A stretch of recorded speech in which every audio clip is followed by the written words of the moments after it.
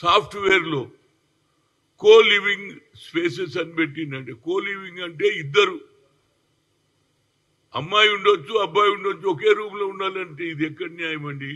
దీని మీద మా ఎవరు మినిస్టర్ ఉన్నాడు కదా శ్రీధర్ బాబు, ఆయన సాఫ్ట్వేర్ మినిస్టర్ కాబట్టి దీని మీద ఆలోచన చేయాలి.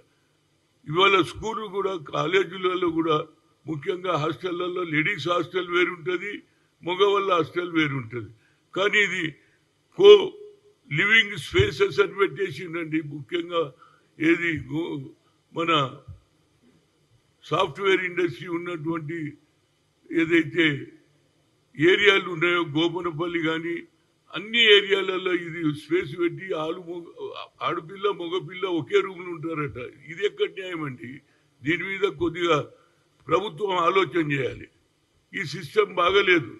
ఇప్పటికే ఇన్ని అన్యాయాలు జరుగుతుంటే ఆడపిల్ల రూములో మగపిల్లాడు ఇద్దరే ఉంటే ఏ పరిస్థితి వస్తుందో చెప్పండి.